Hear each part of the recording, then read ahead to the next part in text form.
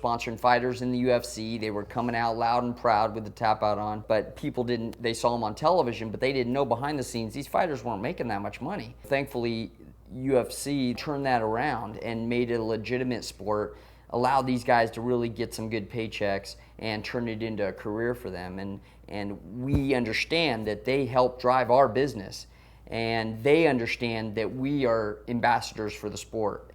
Maybe this happened with baseball when it first started. Maybe it happened with boxing when it first started.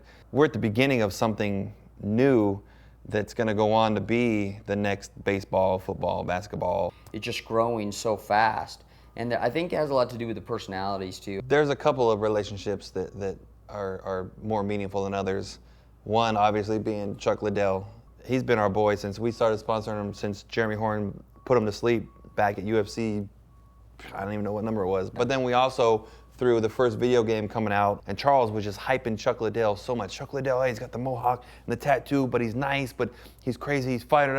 Got him on the cover of the video game. So just through things like that, Chuck's been by our side regardless. I mean, there's so many fighters. They're all, I mean, Chuck Liddell just stands out because he's like a real personal friend and he's a great guy. It's harder as you grow because you have so many fighters now and the business is so much bigger and you have less time on your hands, and you want to continue that personal relationship with every single fighter, and it's harder to do at this level. Whatever it takes, we help our fighters, and we help anybody. I mean, they don't even have to be our fighters. People not even our fighters that we would help. Yep. You know, because we love this sport so much, and we believe we have a bunch of great people in the sport.